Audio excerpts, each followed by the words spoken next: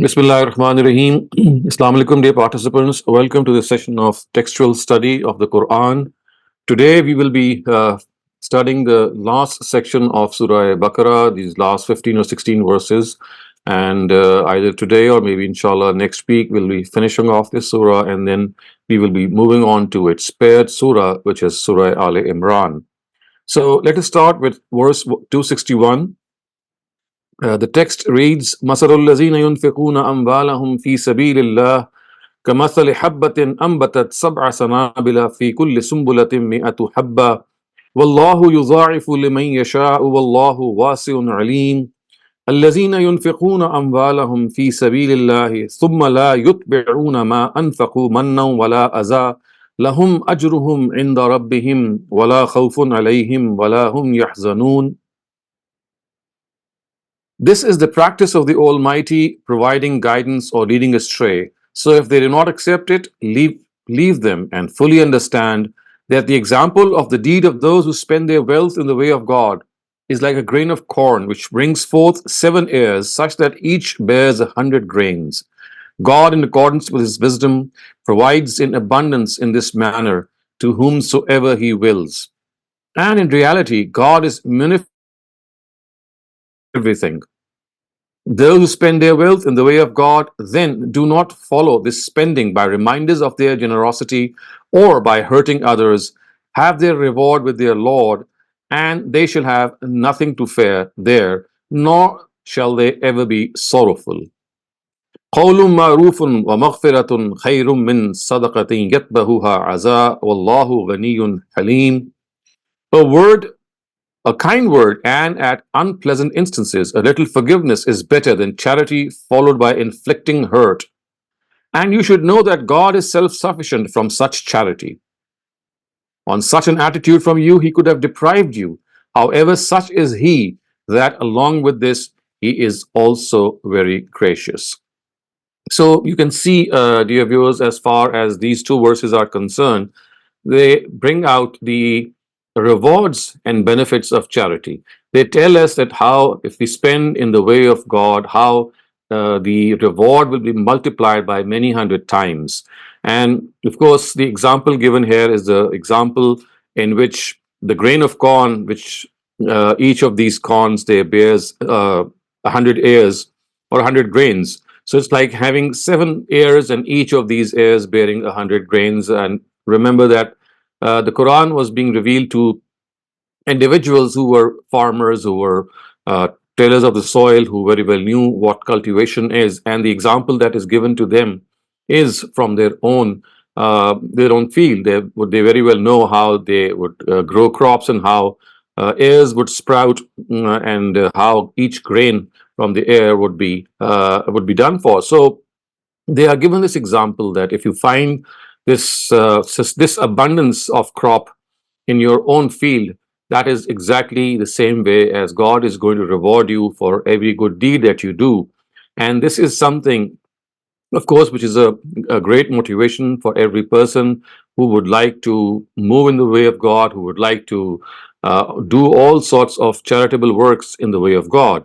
And then it is said that people who spend in the way of God, they have to be very careful that they do not remind people of their generosity, because this is something which is going to inflict hurt on those to whom you have done a good turn. So remember, whenever you are charitable towards other people, this in itself is something which in a way compromises the self-esteem of the person with whom you are being kind, because of course he is accepting something or she's accepting something, and as a result, in a certain way, they do sacrifice the self-esteem.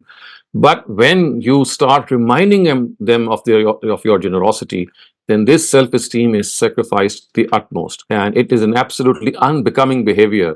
It is something that cannot be condoned in any way, that you first do a good turn to someone and then you start reminding that person later on that, look what I did for you, look how I spent on you. So the Quran says that this is something that is absolutely unbecoming. It cannot be acceptable. And if a person is able to save himself from such a misdemeanor, then the Quran says, "La khawfun alayhim, lahum ajruhum inda rabbihim, wa la khawfun alayhim, wa la hum yahzanun." that their reward is with their Lord, which means that it is safe with their Lord, it is protected with their Lord, and they have nothing to fear. And then the Quran, in fact, says that a kind word and at unpleasant instances, a little forgiveness is better than charity followed by inflicting hurt. So, once again, this hurt is the one that we have just spoken of, the hurt which is caused on people when you start reminding them how you were charitable towards them, how you were good towards them.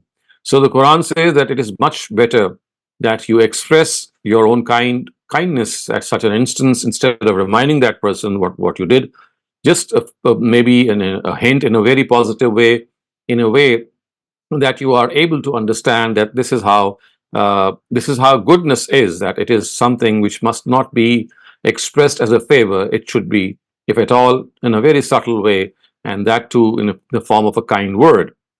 And then the Quran says, Ya ayyuhallazina amanu la tubtilu sadaqatikum bil manni wal aza كالذي ينفق ماله رئاء الناس ولا يؤمن بالله واليوم الآخر فمثله كمثل صفوان عليه تراب فأصابه وابل فتركه صلدا لا يقدرون على شيء مما كسبوا والله لا يهدي القوم الكافرين. Believers, do not waste your charity by reminders of generosity and by hurting others, like those who spend their wealth to show off before others and believe neither in God nor in the last day. So, the example of such people is like a large rock covered with soil.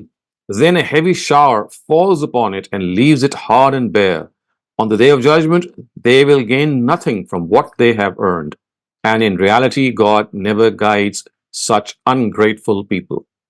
So the topic is continuing, and it was stated in a way that people who protect themselves from this behavior, they will be rewarded by the Almighty, and they will be in gardens of bliss. Now, the same thing is stated in a different way, and it is said that on the other hand, people who persist in this behavior, who take to this behavior, that they start reminding people of their generosity.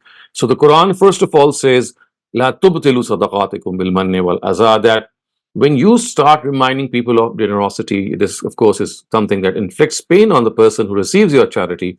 Then what you're doing is that you are rendering your own charity as totally baseless. It will have nothing before God. It will not bear any fruit before God. And then, of course, the example is given. كَالَّذِي يُنْفِقُ مَالَهُ رِيَاءَ النَّاسِ. This is much like a person who spends to show off, who is ostentatious. And the example which is given here is that of a farmer who, upon seeing some soil on a rock, begins cultivating that area.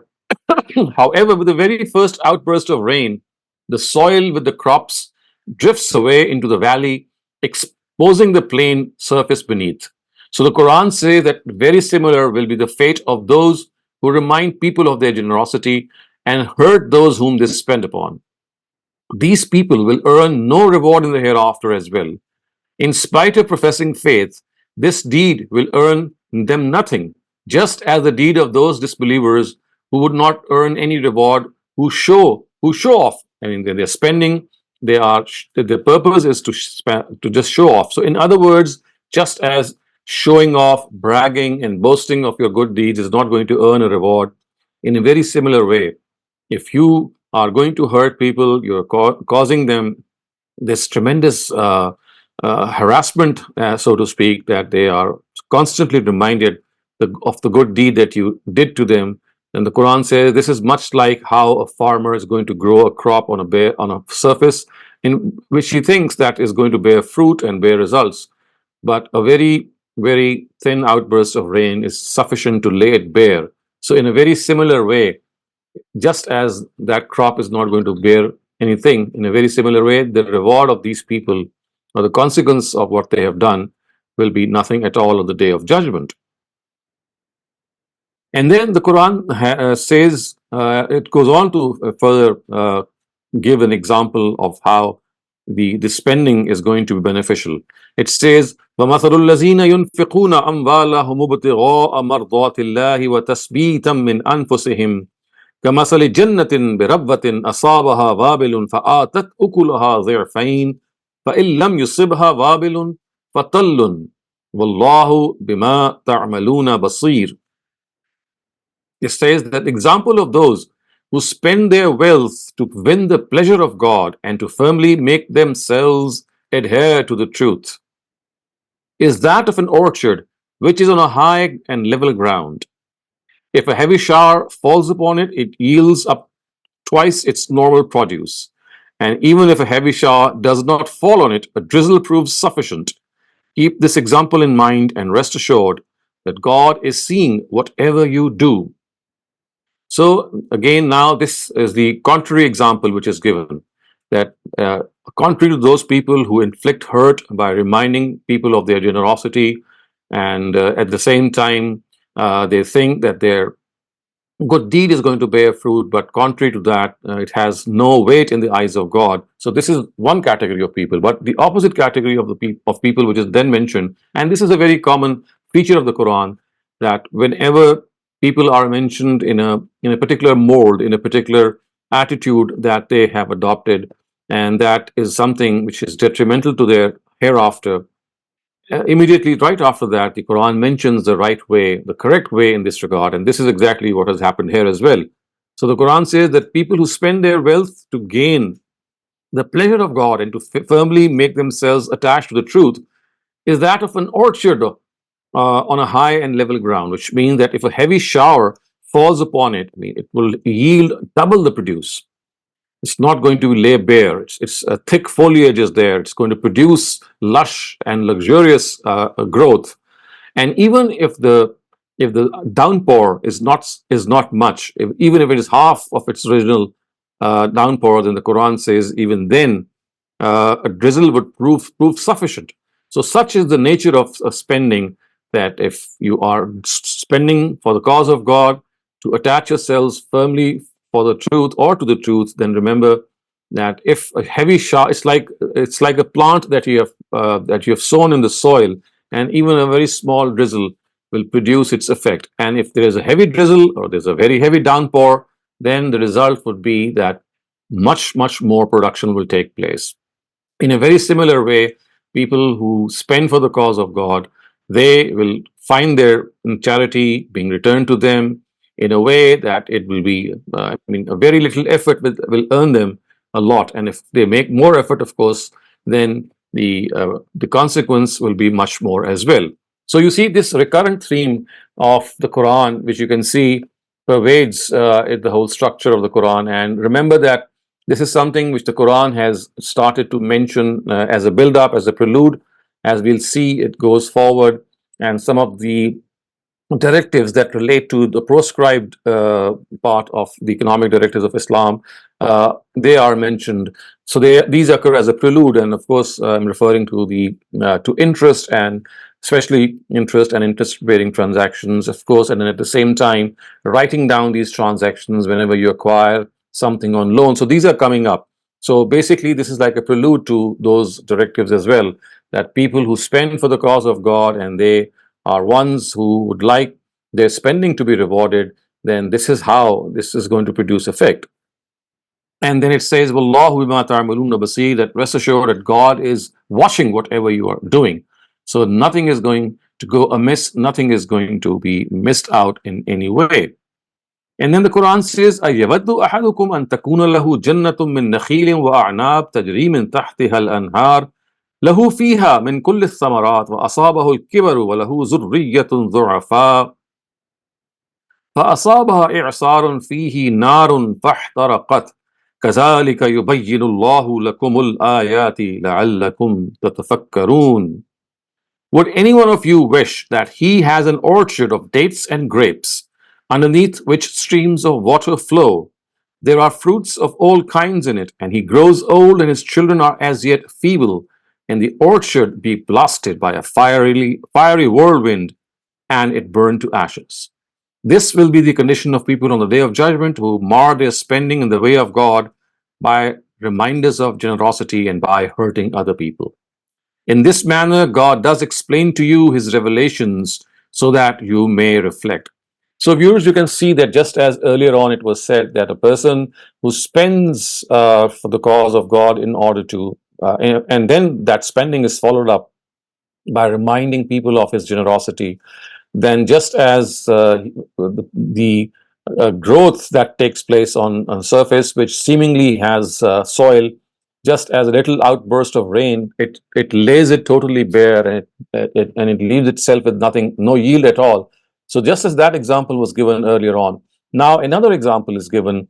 Once again, the same mold is adopted, the same pattern is adopted. Of course, the Arabs being cultivators, being farmers, being crop producers, for them, this example is something which is very, very eloquent, which is something which is going to really take root in their hearts. So it says that it has, if any one of you has orchards of dates and palms, and of course, this is a very common feature of the orchards which were found in the in Arabia, and of course, the Arabs would relish such orchards that would be on high ground, and therefore they will be protected from storms and from heavy winds, and at the same time from floods also, because being on the high ground, the water would be in the valley that would surround them. So it says that there are fruits of all kinds. It's like saying that you have all kinds of good crops and fruits in your orchard, and then a person grows old and he has young children. So the desire of a person who grows old and he has young children would be that these crops and these orchards, they take care of their children. But then the Quran says that what will happen, that right at the time when you need your crops and your orchards and your grapes and your fruits for your children, right at that time, a fiery blast of wind comes in, and it has, it has that rumbling effect, and it reduces the whole orchard to ashes. What will be the consequence? The consequence will be that at the time that you needed most that orchard to take care of your children, at that very time, it was laid as wasted and bare. So the Quran says that this is the example of those who, when they spend, they start reminding people of their generosity and their charitable behavior. So you see, the Quran has actually taken up this topic at length, and it has made it a point to make people realize that the self-esteem of people is of utmost importance. And when you sacrifice, when you cast aspersions at their self-esteem, when you compromise their self-esteem, then God does not like this at all. If you are going to give for the cause of God, that is sufficient. That you must realize that this basically is an opportunity that He has given to you. You are not showing favor, not doing a favor to someone. In fact, it is God who's showing His favor to you by giving you this opportunity to spend it on other people, to spend whatever you have on other people. So instead of counting this opportunity as an opportunity, you take it as an opportunity to remind other people how generous you were. And the Quran says that this is something which is despicable. This is not acceptable in any way. And then it says, كَذَلِكَ يُبَيِّنُ اللَّهُ لَكُمُ الْآيَاتِ لَعَلَّكُمْ تَتَفَكَّرُونَ. In this manner does God explain to you His revelations so that you may reflect. Again, the way the Quran has given this example shows that the previous example, if anything was left that a person could not have understood, then this is another example which is given, that remember that if you are going to spend in the cause of God, and that charity and that spending is the one that will be earning you reward, and that reward is something that you would like for yourself to leave behind for your children, because a person is the most concerned about his children, and especially when they are feeble, especially when they are young. So he would like all his wealth to be beneficial to them. But the Quran says that look at this, that you were rich all your life, you had that benefit for your own self, but when the time came for that benefit to be transferred and accrued for your children, right at that time, the whole crop was destroyed. Such is the example of those people who, when they spend in charity, they continuously remind people of their own generosity. So now, before we, in fact, let us also finish off this verse, and then we'll take up your questions. It says, "Ya ayyuhallazina amanu anfiqu min tayyibati ma kasabtum wa mimma akhrajna lakum min al-ard ولا تيمموا الخبيث منه تنفقون ولستم بآخذيه إلا أن تغمضوا فيه واعلموا أن الله غني حميد." Believers, spend from your pure wealth, and from that also which we have brought out of the earth for you, and do not even think of spending anything worthless from it in the way of God. You spend from such things, but such is your own situation that you yourselves are not prepared to receive such that thing unless after you reduce its price. And bear in mind that God does not need such spending from you. God is self-sufficient. He has all worthy attributes. So another thing which is now reminded here, remember these are the pitfalls of charity, that neither we should show off this charity nor should we remind people of our charity. Now, another thing which is mentioned here is that you should spend from the pure wealth that you have, and of course, from whatever produce that your land gives. And the stress here is that the wealth the Almighty gives you, of course, should be earned in a pure way. So, in other words, wealth which is illegal or earned illegally, or wealth which is impure. And this was very, very possible in the times of the Prophet himself, because you see, a lot of wealth was given in the form of kind. So the livestock that people would have, the goats and the camels and the sheep, they could be easily traded for this, and you could have just disposed of your weak and your not up to the mark livestock, and you could have done so. But the Almighty says that this is how you have to be, that if you're presenting your livestock or anything for the cause of God, then they should be the pure ones, the best ones, and nothing which is earned out of the right way, which is illegal, is something which is going to be accepted by God. So this gives us further guidance that pure wealth has to be spent. Wealth which has been earned in a pure way, in a legal way, is something which is the demand of God. And of course, not only that wealth, but also the produce that we have from our land. So that is why the Quran says, وَمِمَّا أَخْرَجْنَا لَكُم مِنَ الْأَرْضِ, that whatever we have made for you to come out, that is how you should also spend. And that is precisely why, viewers, we know that when we give zakat, or when we spend in charity, so just as we have to pay zakat on the wealth that we have, we also need to pay zakat from the produce that we generate from our lands, and similarly, by analogy, from other factories as well, which are means of produce. So the Quran says that وَلَا تَيَّمَّمُوا الْخَبِيثَ مِنْهُ تُنْفِقُونَ, that do not even think that you should spend something worthless in the way of God, and something that when you yourself would be presented with that, you will not accept it except with reduced price. So what you do not like for your own self, how can you give it in the way of God? So anything which is worthless is not acceptable to God, because God would like you to spend from your pure wealth. وَاعْلَمُوا أَنَّ اللَّهَ غَنِيٌّ حَمِيدٌ. And this is a very beautiful sentence which ends this verse. It says that this spending is not of any use to God.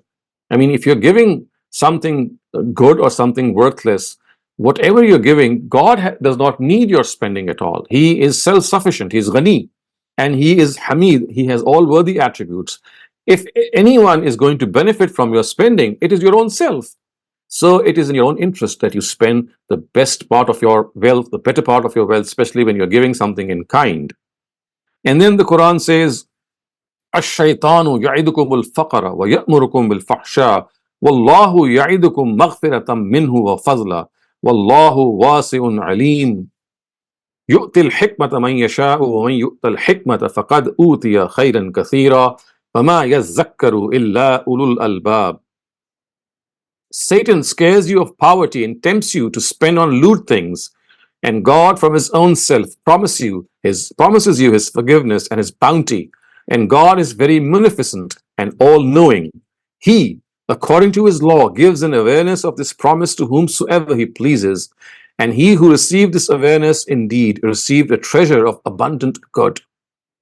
Yet none but men of wisdom receive a reminder from such things. So you see, another thing which is now presented before people, again, which can become a pitfall for charity and charitable behavior, is that Satan scares you of poverty and tempts you to spend on lewd things. So one of the weapons that Satan has, one of the onslaughts that he launches when he sees people being generous, he says that, well, if you start spending, one day you'll become a poor pauper yourself. Why do you have such a generous behavior? You should hold back a lot of wealth for your own self. Should be some wealth for your rainy day. And this is how he tempts you to be stingy, to hold back wealth. And at exactly this point, the Quran says that you must be very, very aware of this fact, that Satan, he threatens you, he scares you and frightens you, that if you start spending like this, you'll just end up with nothing at all. Whereas you have to remember that when God accepts this charity, when you are able to be given this opportunity and therefore you spend for the cause of God, then He is going to return it to you in a very, very huge manner, in a magnanimous way, in something that you cannot even imagine. So that is why it is said that as far as God is concerned, Wallahu ya'idukum maghfiratum minhu fazla. So as far as God is concerned, He promised you, see, His forgiveness and His bounty, and God is very munificent and all-knowing. So Satan promises you and scares you of poverty, and he asks you to spend on, in the first place, to not spend at all, and if you have to spend, then to spend on lewd things. But look at God. He says, He calls you towards forgiveness. And how should you earn that forgiveness? By realizing that this charity is not going to make you poor at all. If anything, it's going to make you rich, because that charity that you spend for the cause of God is going to be returned to you manyfold, manyfold. You just cannot even imagine the reward that you're going to reap as a result. So just ignore these advices and these suggestions of Satan, because Satan has made up his mind to lead mankind astray from time immemorial. The very time that he was created, the very time that he gave this challenge to the Almighty, he is after mankind. He would like the majority of mankind to end up in hell. So it gives all sorts of evil suggestions, and one of them is mentioned here, that you spend on lewd things, spend on things which are proscribed, spend on things which are lustful, are vulgar. And the Almighty, on the other hand, has a totally different approach. And then the Quran says this is the wisdom. And when God gives you this wisdom, then you are really blessed. And what is that wisdom? The wisdom, of course, is that spending in the cause of God is not going to make you a poor person. If anything, it's going to make you affluent, rich, wealthy, because that is how the Almighty has destined your wealth to be. That if you're given wealth, then He's testing you whether you share this wealth with other people or not. So Satan would not want this to happen, and therefore he scares you with all his might to stop spending, and if ever to spend, then to spend on vulgar things. So viewers, I'm going to stop here for some time, and if you have any questions up to what we have now studied, please raise them, and then inshallah we'll move forward. Thank you, Dr. Saleem, for your wisdom. We'll take some questions now. Shabana Ansari, please unmute your mic and ask your question. Thank you. अस्सलाम वालेकुम। वालेकुम अस्सलाम। Doctor साहब, ये जो अभी आपने अल्लाह की राह में खर्च करने की बात की, बहुत नाजुक मामला बाज़ दफ़ा इस तरह हो जाता है कि जैसे फैमिली में अगर कोई मेंबर होता है, उसकी जॉब चली जाती है, बिजनेस में लॉस हो जाता है, बिजनेस लूज कर बैठता है या जॉब चली जाती है, और होता ही है कि सब मिलजुल कर उसको खड़ा करने की कोशिश करते हैं, लेकिन वो बहुत एक लंबा टाइम गुजर जाता है। बाज़ दफ़ा ऐसा लगता है कि जो कुछ भी वो कर रहा है मतलब वो बर्बाद हो रहा है, उसमें खराबी हो, तो होता ही है कि लोग फिर उसको अपनी तरफ खींचना शुरू कर देते हैं कि ये करो, ये बिजनेस करो, ये जॉब करो, तुमने हमारी बात नहीं सुनी, तो उसको प्रेशराइज करने लगते हैं और उसको ये महसूस होने लगता है कि शायद ये मुझे जता रहे हैं। तो वो फैमिली मेंबर्स कहते हैं कि हम तुम्हें जता नहीं रहे, बल्कि हम तुम्हारी मदद करना चाह रहे हैं। तो ये बड़ा नाजुक मामला होता है। तो इसमें क्या करना चाहिए कि या तो उसकी मदद करते रहने चाहिए या फिर इस तरह की बातें नहीं करनी चाहिए जो उसको महसूस हो कि ये जता रहे हैं। देखिए, आपको तो ये देखना चाहिए कि आप असल में सजेशन की जगह पे खड़े हुए हैं। आप किसी पर आपकी जिम्मेदारी ये नहीं है कि ज़बरदस्ती किसी को एक तरफ लगाएं। वो जो शख्स है, वो सोचने समझने वाला शख्स है, वो अपनी ज़िंदगी के बारे में फ़ैसला खुद करना चाहिए उसको, और उसमें गलती भी वो कर सकते हैं। कि वो लोग जो उनकी मदद कर रहे हैं, उनके लिए इतना ही काफ़ी है कि वो मदद करके ज़्यादा से ज़्यादा एक तजवीज़ दे दें।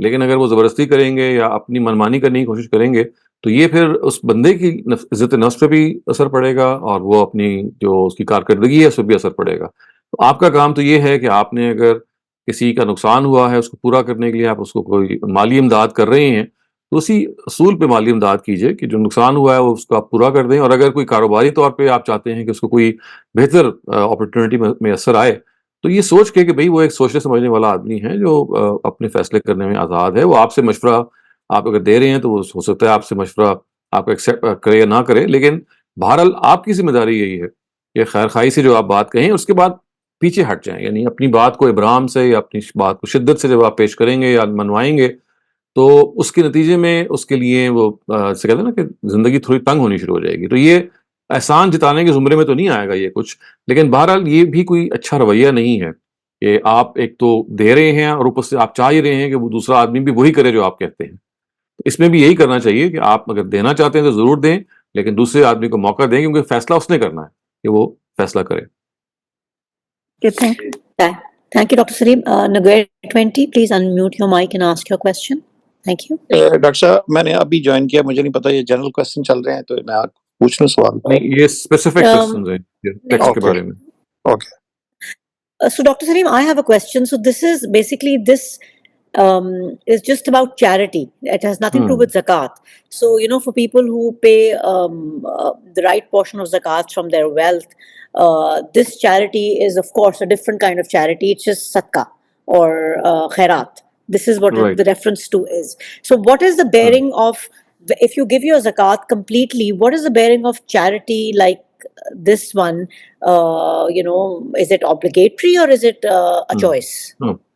So you see, just as when we pray, we have the mandatory rakats of the prayer and we have the nafils. The mandatory ones are the ones that we have to pray come what may. And above those mandatory rakat, it's entirely up to us what we can present to God. So in a very similar way, the mandatory part of charity is called zakat. I mean, that is something that we have to pay at all cost. Anything above zakat is optional. It's going to earn a lot of reward, and it is something of a directive that you have to obey. But just as optional rakat of the prayer, they are not mandatory. Similarly, zakat, which is over and above charity, cannot be termed mandatory in the sense that we term zakat to be mandatory. But it is a very, very highly recommended thing that over and above your zakat, whatever you have, you look for people in the society that you live in. If they need, if in spite of giving zakat to the society, if there are still people who are in need and you also are in a position to give, then there is another directive of religion which is called infaq, which means to spend in charity, and that is that anything which is beyond your personal and your business needs, whether it belongs to your present or your future, anything which is more than that, the Quran says it is the right of the society. It is something that you owe as an obligation to the society. But of course, as I said, your personal needs and your trade needs, whether they belong to the present or to the future, once you have taken care of all them, then whatever remains is basically the right of the society. You might not immediately dispense it because you don't have deserving people at hand, but then you must always keep it ready that whenever someone comes to you who is in need, then you will make it available for them. Okay, thank you so much. We have no more questions at this time, Dr. Saleem, if you want to continue the session. Yes, okay. So now we move on to verse 270 and onwards. وَمَا أَنفَقْتُم مِّن نَفَقَةٍ أَوْ نَذَرْتُم مِّن نَذْرٍ فَإِنَّ اللَّهَ يَعْلَمُهُ وَمَا لِلظَّالِمِينَ مِنْ أَنصَارٍ. Understand this thing and rest assured that whatever you spend or whatever vows you make, you shall definitely be rewarded for it, because God is fully aware of it. And those who turn away from this guidance of God and are unjust to their souls shall have none to help them in the presence of God.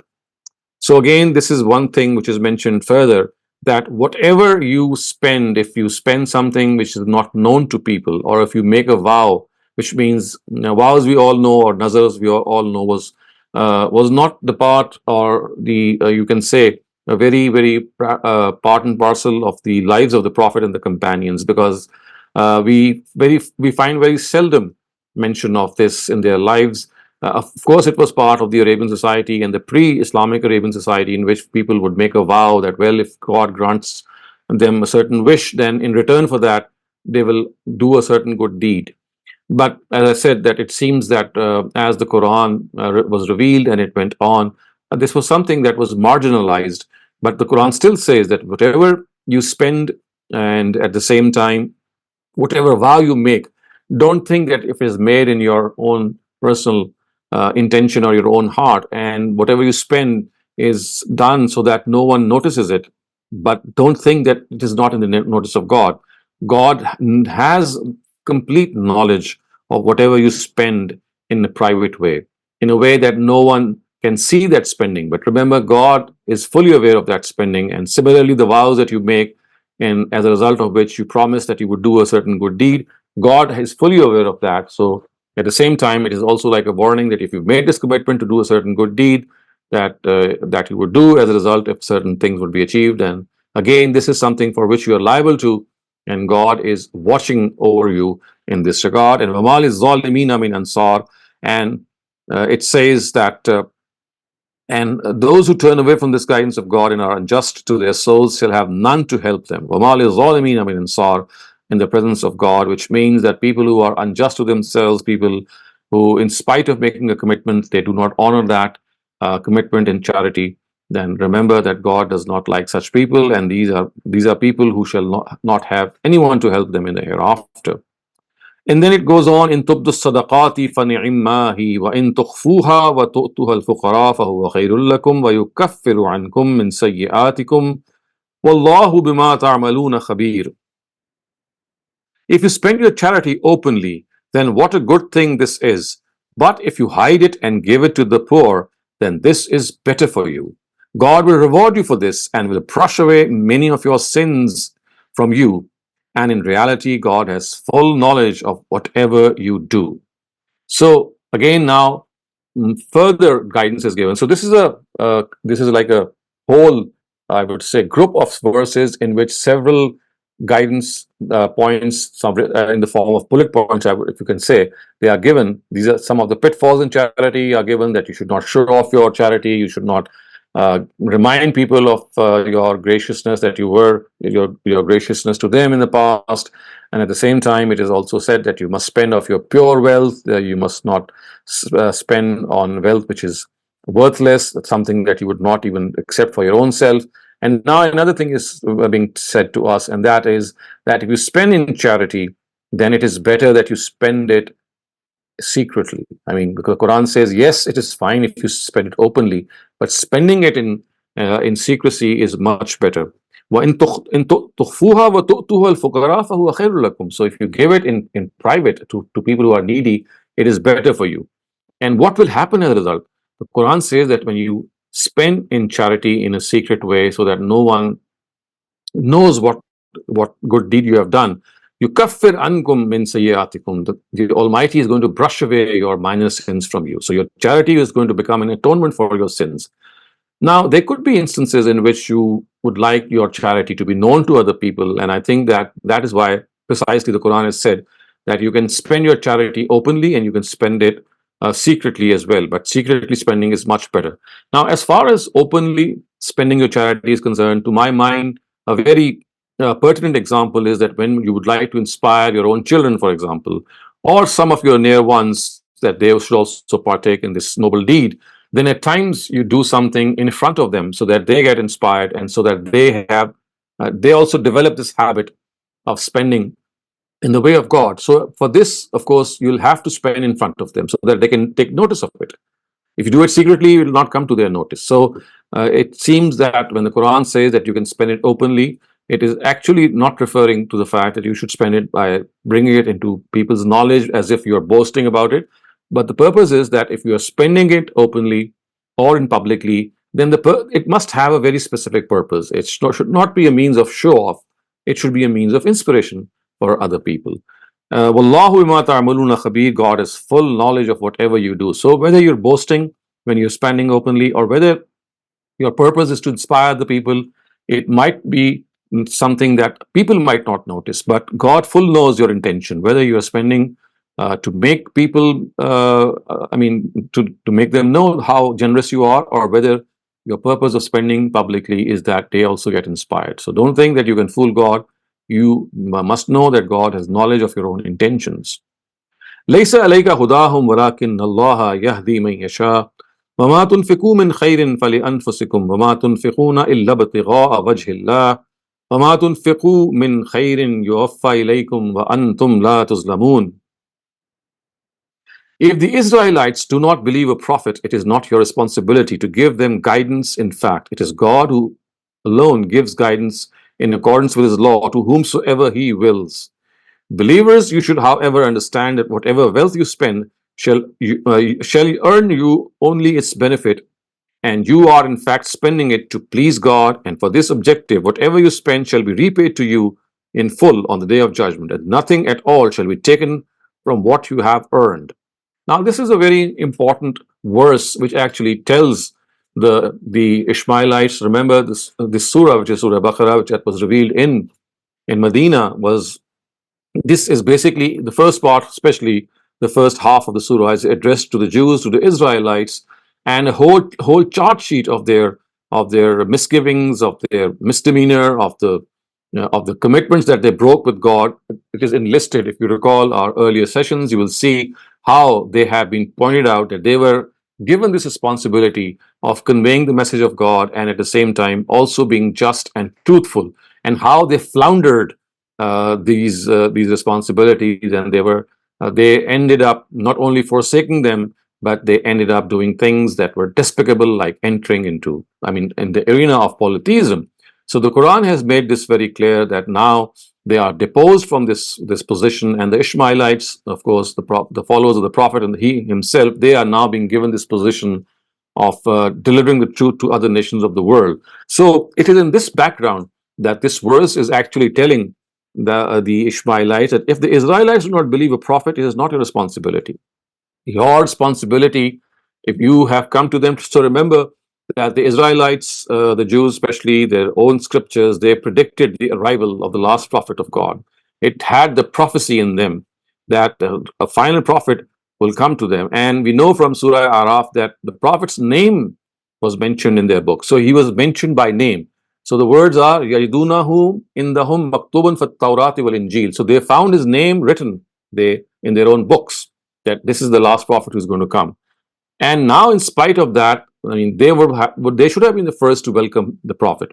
But instead of being the first to welcome him, they ended up being the first to reject him. So the Quran now says that you have done what was needed to be done. You have done enough.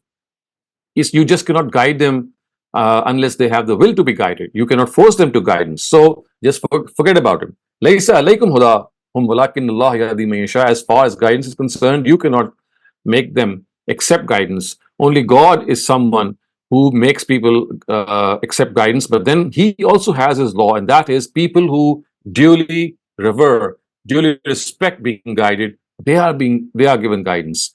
People who do not have any worth for guidance, God does not want them to be guided, and as a result, they are punished in this form, and instead of being guided, they are left to go astray. So the Quran says, وَمَا تُنْفِقُوا مِنْ خَيْرٍ فَلِأَنفُسِكُمْ. So remember, what you're going to spend is for your own cause. And whatever you're going to spend, وَمَا تُنْفِقُونَ إِلَّا ابْتِغَاءَ وَجْهِ اللَّهِ, that should be spent purely for the cause of God. Your objective of spending must be to please God, nothing else. No show off, anything which is contrary to this intention is not acceptable to God. You have to spend it, as the Quran says, ابْتِغَاءَ وَجْهِ اللَّهِ, which means to seek the pleasure of the Almighty. And وَمَا تُنْفِقُوا مِنْ خَيْرٍ يُوَفَّى إِلَيْكُمْ. So remember, whatever you're going to spend is going to return to you, and you shall not be wronged in any way. So once again, the charity, the commands for charity, this inspiration and this appeal to take on this very, very noble gesture is something which the Quran has continued in these verses. And I can tell you that if you are able to grasp the language directly from its origin, instead of depending on translation, these words have tremendous power, and they have tremendous appeal in them. And the way they find their root in our heart is something which is hard to describe, the way these words are found in these verses. And then the Quran says, لِلْفُقَرَاءِ الَّذِينَ أُحْصِرُوا فِي سَبِيلِ اللَّهِ لَا يَسْتَطِيعُونَ ضَرْبًا فِي الْأَرْضِ يَحْسَبُهُمُ الْجَاهِلُ أَغْنِيَاءَ مِنَ التَّعَفُّفِ تَعْرِفُهُمْ بِسِيمَاهُمْ لَا يَسْأَلُونَ النَّاسَ إِلْحَافًا وَمَا تُنْفِقُوا مِنْ خَيْرٍ فَإِنَّ اللَّهَ بِهِ عَلِيمٌ. This is specifically for the poor who are stranded in the cause of God and who are not able to make effort in the land to earn their livelihood. The ignorant take them for men of wealth on account of their self-honor. You can recognize them by their faces. They are not insistent in begging from people. Help them and understand that whatever you spend for this objective shall necessarily earn reward for you, because it is fully known to God. Now you find another category of directives, again something which relate to charity being specially given here. And we have to understand that as far as the Quran is concerned, when it makes this point, it has to have very, very special ring to it. And it says that this charity is meant specially for people who are stranded in the cause of God, who cannot make their ends meet for themselves.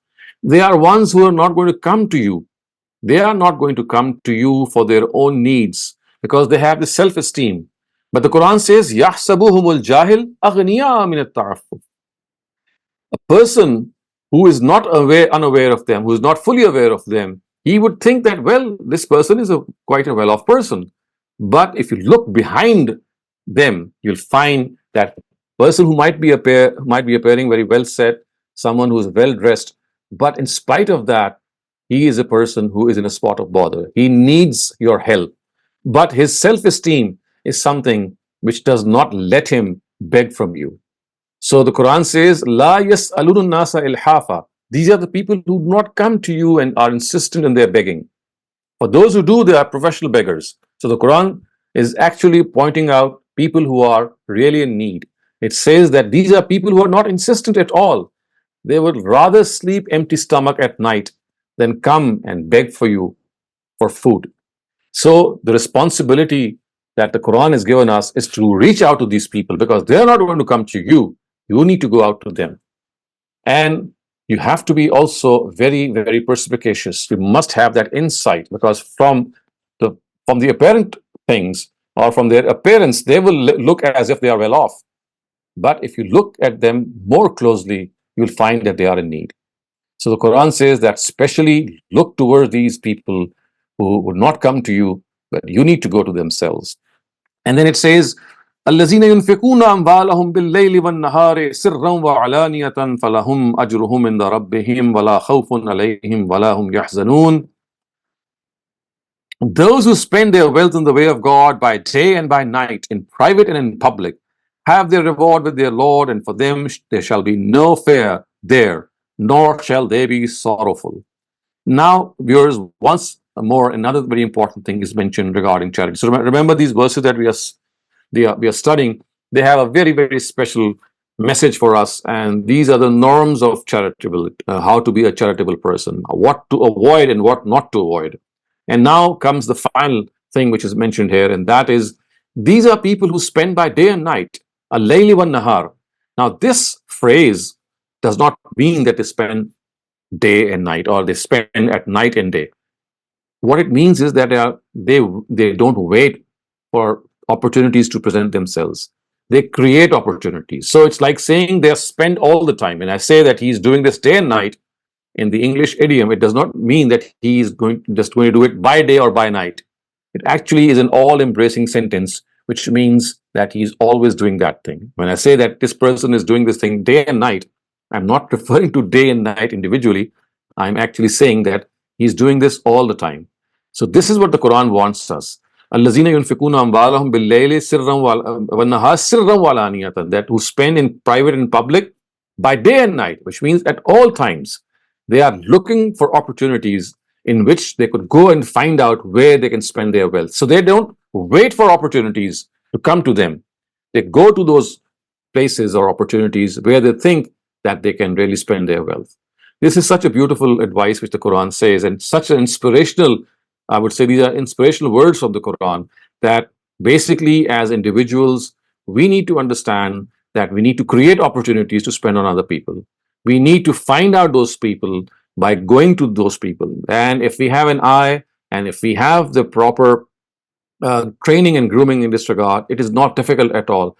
People who are in dire need might be right under our nose. They might be right near us. And it is we who need to spot them. It is we who must create that opportunity. It is we who need to go and ask them so that their own self-esteem is not at all sacrificed. So, viewers, with this, we come to this end of this session. I'm not going to go further in the verses that remain. Inshallah, we'll study in our next session next week. So, if you have any questions regarding what we have studied today, we'll take them up. And once those are finished, then we can take up general questions. Okay, if anyone has questions, this is the time to ask. Dr. Saleem has just concluded Surah Baqarah. Uh, any questions? Yeah. I mean, some Akram verses are Bhatti, left, please. but inshallah, the complete surah will be concluded next time. Inshallah. Akram Bhatti Saab, please ask your question. Thank you, ma'am. Assalamu alaikum, sir. Right. Salam.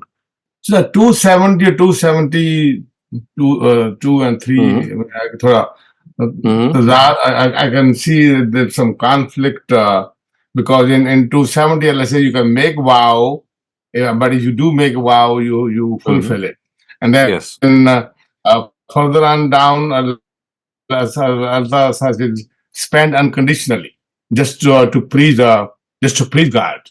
So do not put any conditions on it. So how Right. would we justify that? Like a lot of people say, okay, I'll do this much charity if Allah Ta'ala does this favor for me. I'll spend. Right. I'll do this much nafal rakat Right. if this Right. happens. So how will we? I did explain this while I was discussing these verses, that basically this was a form of worship that existed in pre-Islamic Arabia, that people would make vows that they will do Hajj if such and such thing happens, or they will go barefooted for Hajj. So there were all sorts of vows that people would make, and that is why the Quran has mentioned them. But if you study the life of the Prophet himself and the companions, and from other portions of the Quran, you'll find that this part of the worship, or this form of worship, fell into disuse, or it was not very much in use in the times of the Prophet, although it was there, but it was seldom employed as a ritual of worship. So of course that was a commitment that you make with God, and God says that once you make a commitment, so because you're vowing for something, you are promising the Almighty. The Quran says that you have to fulfill that promise. This does not in any way be in conflict with this word that when you spend unconditionally. These are two separate things. Yeah, the Quran only says that when you make a condition, that you must fulfill it, but the recommendation is that you do not do so, and it's that you do it without any condition. But if you have made a condition, then the Quran says that you must fulfill it. So these are two parallel things. They do not negate one another. So in other words, the Quran wants you to do it unconditionally. However, if you impose a condition, then the Quran says that this is like a commitment that you make to God, and therefore you must fulfill it. Thank you so much. Shabana Ansari, please ask your question. Unmute your mic. जी doctor साहब, हमारे यहाँ जो एक misconception ज़कात के बारे में कि वो बहन भाइयों को नहीं दी जा सकती, वो ऐसे लोगों को नहीं दी जा सकती जिनके पास ज़ेवरात हैं, जिनका घर है, या कोई जो इस तरह के लगते नहीं है देखने में। तो होता ये कि आमतौर पे लोग मांगने वालों को या मेड्स को जो वैसे भी मांग रही होती है, उनको तो एक बड़ी अमाउंट होती है आमतौर पे ज़कात की लोगों के पास, उनको दे देते हैं। लेकिन जो लोग नहीं मांग रहे होते, जो सफेद पोश होते हैं, वो उसी तरह बेचारे रह जाते हैं, और वो बड़ी-बड़ी ज़कातें जो क्योंकि उनके पास ज़ेवर है, क्योंकि वो घर में रहते हैं, लेकिन उनकी मजबूरी कोई नहीं देखता, और उतनी बड़ी अमाउंट आमतौर पे वो सदकात में निकाल भी नहीं पाते। तो ये मिसकंसेप्शन हमारा खत्म ही नहीं हो रहा कि ज़कात दी जा सकती है बहन भाइयों को भी। जी बिल्कुल, देखिए ज़कात का ताल्लुक ज़रूरियात से है। वो ज़रूरियात किसी की भी हो सकती हैं, वो बहन भाई भी हो सकते हैं, वो माँ बाप भी हो सकते हैं, वो औलाद भी हो सकती है। तो ज़कात का ताल्लुक तो ज़रूरत से। आप अगर किसी की ज़रूरत को पूरा कर रहे हैं और जिसको दे रहे हैं वो मुस्तहिक है, वो ज़रूरतमंद है, तो ज़रूरतमंद को क्लासिफाई नहीं किया गया कि वो फलां होना चाहिए तो वो ज़रूरतमंद होगा। ज़रूरतमंद, जैसे हमने ज़कात की जब आयतें मैंने पढ़ाई हैं, जब हमने मेरे ख्याल है हमने जब इसको पढ़ा है डिटेल में, इकोनॉमिक शरिया को, तो उसमें आप ये देखिए ये बताया गया है कि सूरह तौबा की जो 60th वर्स है, उसके अंदर जो हेड्स ऑफ ज़कात हैं वो मेंशन्ड हैं कि जो जिन पे आप खर्च कर सकते हैं। उसमें इस तरह की कोई डिस्टिंक्शन नहीं है। उसमें ये बात कि लोगों के पास ज़ेवर है और वो इसके बावजूद मुस्तहिक हो सकते हैं, तो इसमें कोई मुज़ायका, मतलब इसमें कोई चीज़ माने नहीं है। यानी ज़ेवर होना इसके खिलाफ नहीं है कि आप ज़रूरतमंद हैं। बाज़ दफ़ा ज़ेवर इंसान के पास होता है, लेकिन वो ज़रूरत के लिए रखा नहीं गया होता, बल्कि अपने बच्चों के लिए ही आइंदा ज़रूरत के लिए रखा गया होता है। तो महज इस वजह से किसी को मुस्तहिक ना करार देना कि वो चूंकि ज़ेवर उनके पास है, ये तो सिर्फ एक मंतिक है जो हमने ईजाद कर ली है। अदरवाइज ज़रूरत का मतलब यही है कि आपकी जो बुनियादी ज़रूरियात हैं वो पूरी नहीं हो पा रही हैं, तो आपके पास कुछ एसेट्स मौजूद हों, इसलिए कि आप हर वक्त तो एसेट्स बेच नहीं रहे होते, चाहे वो ज़ेवर हो, चाहे वो कोई और प्रॉपर्टी हो। तो इस वजह से यहाँ ज़रूरत का जो तयन है, ये एक बड़ी सब्जेक्टिव चीज़ है, ये एक थोड़ी सी सटल चीज़ भी है, थोड़ी सी लतीफ़ भी है, وہ ضرورت کو ہمیں سامنے رکھنا چاہیے. اس میں چیزیں تعلیم کی نوعیت کی ہیں, اس میں صحت کی نوعیت کی ہیں, اس میں کھانے کا خرچ ہے, اس میں ظاہر ہے کہ کپڑے وغیرہ کا ہے, اس میں چھت ہے. یعنی اب جو بیسک ضروریات ہیں وہ جب بھی کسی کی پوری نہیں ہو رہی ہیں تو وہ ضرورت مند کہلائے گا. اصل میں ہمارے روایتی علماء کا جو فتویٰ ہے وہ کچھ اسی قسم کا ہے، تو لوگ اس نظریے سے نکل ہی نہیں پا رہے ہیں عام طور پہ. ہاں دیکھیے جی، ہمارا کام تو یہ ہے کہ جو ہم جس بات کو صحیح سمجھتے ہیں اس کو استدلال سے بیان کر دیں. لوگوں کی ذمہ داری اللہ تعالیٰ نے ہم پہ نہیں ڈالی ہے. لوگوں کی ذمہ داری یہ ہے کہ وہ بھی اپنے طور پہ سچ کو تلاش کریں اور جس سچ کو سچ سمجھتے ہیں وہ اسی کے لحاظ سے زندگی گزاریں. Thank you, Dr. Saleem. Saima Khan, please unmute your mic and ask your question. السلام علیکم. میرا کوشچن جو ہے وہ یہ ہے کہ لوگ یہ جو زکوٰۃ اور فطرے اور زکوٰۃ ہیں، بھی جو فلسطین کے اندر جنگ چل رہی ہے، لوگوں نے اپنے میرے کافی جاننے والوں نے وہاں پر اپنا جو ہے وہ ڈونیٹ کیا، جبکہ ہمارے مسلمان ملکوں میں بہت سارے لوگ ہیں جو بغیر جنگ کے حالت جنگ میں رہ رہے ہیں، ان کے پاس کھانے پینے کو نہیں ہے، ان کے بیسک نیڈس اینڈ نیسیسٹیز نہیں ہے، مگر وہ اتنا ہائپ کریٹ کیا ہوا ہے فلسطین کا کہ لوگ بغیر کچھ سوچے سمجھے اپنی ساری زکوٰۃ اور صدقات جو ہے وہ وہاں بھیج رہے ہیں. تو قرآن اس بارے میں ہمیں کیا گائیڈ کرتا ہے؟ دیکھیے قرآن مجید میں نے ابھی آپ کو بتایا، اگر آپ سورہ توبہ کی 60th ورس کو دیکھیں جس میں انہوں نے ہیڈز آف زکوٰۃ بیان کر دی ہیں، تو وہ سارے ہیڈز موجود ہیں. اصل میں تو دیکھیے زکوٰۃ کی جو ڈسپرسمنٹ ہے وہ ایک ریاست کی ذمہ داری ہے. یعنی ہمیں تو زکوٰۃ دینی ہے ریاست کو. ریاست پھر یہ دیکھتی ہے کہ ان سائڈ اٹس اون اسٹیٹ اور آؤٹ سائڈ اگر کوئی ضرورت ہے امت کی کسی بہت ہی بین الاقوامی مسئلے میں وہ کیا کر سکتی ہے. تو اسلام نے تو ہمیں جو تعلیم دی ہے، چونکہ ہم اولین اس پہ عمل ہی نہیں کر رہے، ہم تو خود چونکہ ایک اجتماعی ذمہ داری کو ادا کر رہے ہیں جو کہ ہماری ذمہ داری اصل میں نہیں ہے. یعنی اسلام کا قانون یہ ہے کہ زکوٰۃ کو یا صدقات کو ریاست کے بیت المال میں جمع کرایا جاتا ہے. اس کے بعد ریاست کیا کرتی ہے کہ ان پیسوں سے اسٹیٹ کو بھی چلاتی ہے اور آپ کی اسٹیٹ کو ایک ویلفیئر اسٹیٹ بناتی ہے، آپ کی ساری ضروریات کو پورا کرتی ہے. وہ لوگ جو زندگی کی دوڑ میں پیچھے رہ گئے ہیں ان کی بھی کفالت کرتی ہے. اور اگر اس کے بعد سرپلس بچ جائے تو کوئی بین الاقوامی ایشو ہے تو اس کی طرف بھی وہ رجوع کرتی ہے. یہ اس وقت جو آپ سمجھ لیجیے جو پرسکرائب نظام اسلام کا وہ یہ ہے. اس وقت سچویشن یہ ہے کہ ریاست اس سے بے خبر ہے کہ اس کی ذمہ داری ہے زکوٰۃ کو کلیکٹ کرنا، اس کو ڈسپرس کرنا. یہ ایک چیز ایسی ہے جو ہمارے نگاہوں سے اوجھل ہے. تو جب یہ چیز ہی اوجھل ہو گئی ہے تو اب پھر لوگ آزاد ہیں، وہ انڈیویجولی فیصلے کر رہے ہوتے ہیں. جیسے آپ نے کہا ہائپ کریٹ کر دی جاتی ہے تو وہ سمجھتے ہیں کہ ان کی ذمہ داری ہے کہ وہاں وہ پہنچائیں. تو اب ہر فرد اپنی انڈیویجول کیپیسٹی میں ڈیسائیڈ کرے گا. ظاہر ہے کہ ایک مت جو بیان ہوئی ہے زکوٰۃ میں وہ یہ ہے فی سبیل اللہ، جس کا مطلب ہے کہ اللہ کی راہ میں اگر کوئی جنگ ہو رہی ہو یا اللہ کی راہ میں اگر کوئی معاملہ ایسا ہو رہا ہو جس میں لوگوں کو پیسوں کی ضرورت ہو تو یہ مت تو وہاں موجود ہے. تو یہ فیصلہ فرد ہی کر سکتے ہیں کہ بھئی یہ جو پیسے وہ بھیج رہے ہیں یہ کس حد تک وہاں پہنچ بھی رہے ہیں کہ نہیں پہنچ رہے، اور اگر پہنچ رہے ہیں تو کس کو کن تک پہنچ رہے ہیں. تو مطلب یہ ایک انڈیویجول فیصلہ ہے کہ جو صحیح بھی ہو سکتا ہے غلط بھی ہو سکتا ہے. لیکن جیسے میں نے کہا کہ اگر ترتیب وہ ہو جو ہمیں مذہب نے بتائی ہے کہ ریاست کو یہ دیا جائے گا اور ریاست پہلے اپنے اندرونی جو ضروریات کو پورا کرے گی اور پھر اگر کوئی سرپلس ہوتا ہے تو وہ انٹرنیشنل کنسورشیم کوئی بنا سکتی ہے یا کوئی ایک میوچل فنڈ بنا سکتی ہے جس میں وہ پھر بین الاقوامی چیزوں کی امداد کی ضرورت ہے وہ پوری کرے. لیکن چونکہ وہ ہو نہیں رہا تو اب پھر لشٹم پشٹم لوگ اپنی اپنی آراء کے لحاظ سے یہ کام کر رہے ہیں. Thank you. Thank you. Dr. Saleem, there are no more subject-related questions right now. Can I open the floor for general questions then? یس جی بالکل. Nogair 20, please unmute your mic and ask your question. Doctor صاحب میرا ایک سوال ہے، یہ confusion سی ہے. دیکھیں آپ فرض کریں میں آپ سے بات کرتا ہوں کہ آپ نے تدبر قرآن پہ آپ یو آر سیٹسفائیڈ نہ ہو. اچھا اب آپ اگر سیٹسفائیڈ ہو گئے البیان پہ سیٹسفائیڈ ہو گئے، اس کا مطلب ہے آپ قرآن کہتا ہے کہ تدبر کریں، اب آپ اور کیا تدبر کریں گے بتائیں. نہیں دیکھیں میں تو اب کسی چیز پہ سیٹسفائیڈ نہیں ہوں. میرا کام تو یہ ہے کہ میں سچ کی تلاش میں ہمیشہ سے لگا رہا ہوں. جب بھی کوئی سوال پیدا ہوگا میرے اپنے ذہن کا یا میرے سوسائٹی کا یا میرے سے کوئی پوچھے گا تو میں دیکھوں گا کہ میرا موجودہ علم کیا کہتا ہے. اس موجودہ علم کو اس کو میں کنسلٹ کروں گا. لیکن ہو سکتا ہے کہ اس موجودہ علم پر مجھے اطمینان نہ ہو. یعنی اطمینان ہو جائے گا تو میں جواب دوں گا، نہیں اطمینان ہوگا تو میں مزید سرچ کروں گا یا مزید کوئی رائے قائم کروں گا. تو یہ تو سفر ہے جو مجھے موت تک جاری رکھنا ہے. میں کسی ایک چیز پر قانع ہو کے مطمئن ہو کے نہیں بیٹھ سکتا. اگر کوئی چیز مجھے بادر کرے گی تو مجھے اس کو حل کرنے کی تلاش میں دوبارہ نکلنا ہے. ہاں اگر اس کا جواب مجھے پہلے سے موجود کسی سورس سے مل جاتا ہے تو میں اس پہ مطمئن ہو جاؤں گا. نہیں ملتا تو مجھے تلاش کرتے رہنا ہے اور یا کچھ اپنی رائے خود قائم کرنی ہے. نہیں آپ کو سوال نہیں ہے، آپ موجودہ قرآن کے تدبر سے آر یو سیٹسفائیڈ نہ ہو؟ نہیں آپ بات کر رہے ہیں مسلمانوں کی بات کر رہے ہیں؟ یہاں میں اپنی بات کر رہا ہوں کہ میں فرض کرو میں آپ تدبر قرآن سے میں سیٹسفائیڈ ہوں، میں بیان سے سیٹسفائیڈ ہوں، مجھے سارے اس کے جو اس کی کمنٹری لکھی ہوئی ہے میں اس پہ سیٹسفائیڈ ہوں، تو اب میرا تدبر یہاں پہ اب ختم ہو گیا کہ مجھے اور تدبر، اور میں نے کیا نہیں، تدبر آپ کا تو ختم نہیں ہونا چاہیے. دیکھیں سیٹسفائیڈ آپ اس لیے ہیں کہ کوئی نیا سوال پیدا نہیں ہوگا. جو بھی کس وقت دنیا میں کام ہو رہا ہے، چاہے وہ تدبر قرآن ہو، تفہیم القرآن ہو، البیان، وہ انسانی کام ہے، وہ پرفیکٹ ہو ہی نہیں سکتا. اس میں کوئی غلطی ہونے کا امکان پورا موجود ہے. کل کو کوئی سوال آپ کے ذہن میں پیدا ہو سکتا ہے، کل کوئی آپ کا دوست آپ سے سوال پوچھ سکتا ہے جس کا جواب آپ کو ان سورسز میں نہیں ملے یا کسی اور سورس سے مل جائے.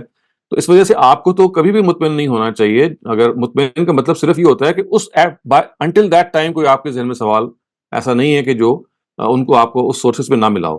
لیکن اس کی گارنٹی تو نہیں ہے کہ آپ نیکسٹ ڈے آپ اٹھیں، آپ کے اندر ذہن میں کوئی سوال پیدا ہو جائے، آپ ان سورسز کو رجوع کریں، آپ کو معلوم ہو کہ یہ سیٹسفیکٹری جواب نہیں دے رہی ہیں، تو آپ کسی اور چوتھی سورس کو رجوع کرتے ہیں، کسی اور اسکالر سے کنسلٹ کرتے ہیں. یہ تو ہماری ذمہ داری ہے ایز مسلمز بھی اور as seekers of the truth کہ سچائی کی تلاش ایک ایسا سفر ہے جو تا قیامت جاری رہے گا، ہماری اپنی موت تک جاری رہے گا. یہ اطمینان صرف ایک وقتی اطمینان ہوتا ہے، یعنی اس وقت تک سوال چونکہ پیدا نہیں ہوا، آپ نے فلاں عالم پر اطمینان کیا ہوا ہے، آپ سیٹسفائیڈ ہیں تو آپ مطمئن ہیں، لیکن یہ رہنا نہیں چاہیے ایسے. Thank you so much, Dr. Saleem. Muhammad Alian Siddiqui, please unmute your mic and ask your question. Thank you.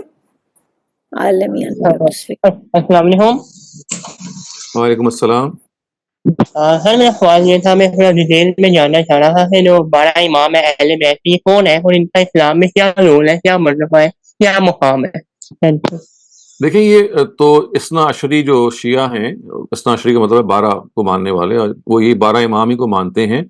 ان کا یہ خیال ہے کہ جو ائمہ ہیں یہ معصومین ہیں. معصومین کا مطلب ہے ان سے خطا نہیں ہوتی، اور ان کو وہ تقریباً وہی درجہ دیتے ہیں جو نبوت کا درجہ ہے، اور یہ کہتے ہیں کہ براہ راست اللہ تعالیٰ سے پاتے ہیں اور ان سے کوئی خطا نہیں ہوتی. تو یہ ایک عقیدہ ہے کہ جو اہل تشیع میں سے جو اثنا عشری شیعہ ہیں ان کا ہے. جہاں تک میں سمجھاؤں کہ قرآن مجید میں اس کی کوئی بنیاد نہیں ہے، کسی صحیح حدیث میں اس کی کوئی بنیاد نہیں ہے، اور اللہ تعالیٰ نے معصوم عن الخطا صرف پیغمبروں ہی کو مانا ہے، اور وہ بھی صرف مذہب کے معاملے میں، کہ مذہبی لحاظ سے اللہ تعالیٰ ان سے ہم کلام ہوتے ہیں، اور مذہب کو جب وہ ڈیلیور کرتے ہیں تو اس میں کوئی کمی کوتاہی نہیں ہوتی، جیسا کہ اللہ تعالیٰ نے ان کو دیا ہے وہ ویسے ہی آگے ڈیلیور کر دیتے ہیں. اس کے علاوہ یہ سٹیٹس کسی اور انسان یا شخصیت کو نہیں دیا گیا.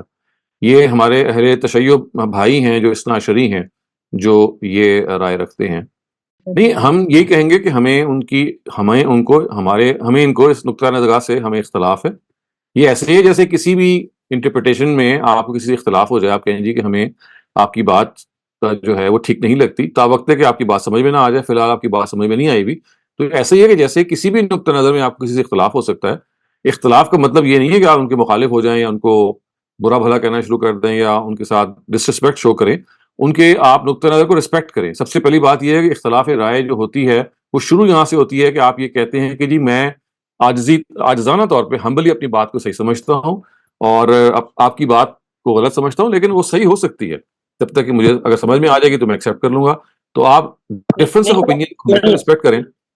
میں یہ پوچھنا چاہ رہا ہوں کہ عام مسلمان ہیں ان کا کیا عقیدہ ہونا چاہیے، اہل تشیع کا وہ ہے، ہمارا کیا ہونا چاہیے؟ میں نے تو اسی کا جواب دیا ہے. میں نے تو آپ کو یہ بتایا ہے کہ اگر آپ مجھ سے پوچھ رہے ہیں، میں باقیوں کا تو نہیں کہہ سکتا، تو مجھے تو اس سے اتفاق نہیں ہے.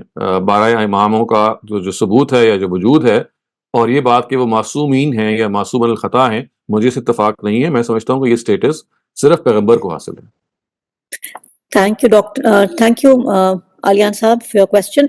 Dr. Saleem, we don't have any questions at this time, but I have a question. So what is our thought on the mandir that was made in Abu Dhabi for Hindus?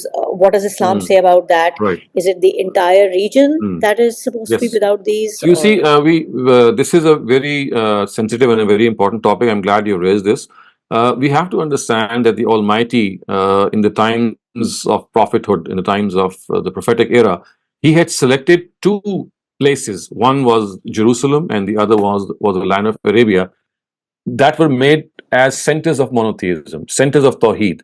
It was as if this was a sample of how the Almighty would like His kingdom to be, in which there would be no trace of any form of polytheism. So this was the status that was formerly occupied by Jerusalem or the land of Palestine. And once they were deposed, the same status was accorded to the land of Arabia. It was one area in which the Almighty wants that nothing but Tawheed, nothing but monotheism should prevail. So yes, this is the land of Arabia in which a temple cannot be constructed, any other worship place cannot be constructed, unless of course it is for a temporary use as a prayer place, especially for those who live there as ambassadors of their countries, or otherwise Islam does not want to give any permanent residence to this place, just the place of Arabia, because it wants one place in the whole wide world that should be an exemplary place that should display the creed and the norms of monotheism. All the rest of the countries, all the rest of the Muslim countries, they have this, provision that any temple, any synagogue, any church, any worship place belonging to any denomination can be built in any Muslim country. So this is just specific to the area that we call Arabia, because that is one place which God wants to be displayed as a model of monotheism. So yes, this is something that they have perhaps not realized, and they think that just as other countries, other Muslim countries should have places of worship like temples and synagogues and churches, so the land of Arabia should also be very similar to that, without realizing that this is a very specific case, that for the rest of the countries, yes, this provision is there, but just for Arabia, the Almighty wants it to be a model monotheistic country. So isn't it very, very sad? I can't find a better word. The Prophet specifically came for this. At the time of the Prophet's prophethood, Kaaba itself was full of deities, and this is what's happening in Arabia now. How are we to address this when we are talking to our children or trying to explain to them living in this multicultural society that, this is not allowed, this permanence is not allowed? Is there a way to word it well? As I said, you can tell them that all other Muslim countries, there are 60 approximately Muslim countries, and each of these countries, religious freedom and all sorts of worship places. There is absolutely nothing at all which is against that. Every Muslim country must give this freedom to all forms of religion. This is just the status of the land of Arabia, that because it was a land in which the Prophet was told it's not something that he did himself. The Almighty wants one area in the whole wide world that must be demarcated as the center of monotheism, in which no trace of polytheism should interfere or intervene. So it's like a model land of monotheism that God wants, so that people should have this emphasis in their mind that this creed of monotheism, the fact that we are just bound with one God and that we have one God, should stand out and shine from one place, giving this message to everyone that God wants only Him to be worshipped and no other deity to be worshipped. Thank you so much, Dr. Saleem. Okay, now we have a few questions. iPhone, that's what you refer to. If you can just unmute your mic and ask your question. Assalamu alaikum, Dr. Saad. Actually, my question is very much linked to the last question you just had. It's a geographical question.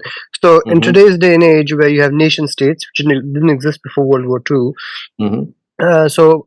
part A really, what does land of Arabia in today's nation states represent? Which countries? So actually, Arabia is not a nation state.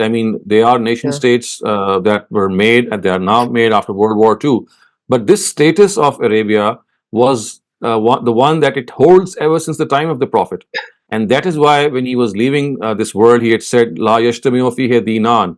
And prior to that, the Quran had said that this land of Arabia should only have monotheism. Liyuzhirahu ladeen kulli. This is Surah Saf. So the Prophet and the Quran both telling people that this land of Arabia, once that it has now been made the center of Tawheed, this status of that land should always remain.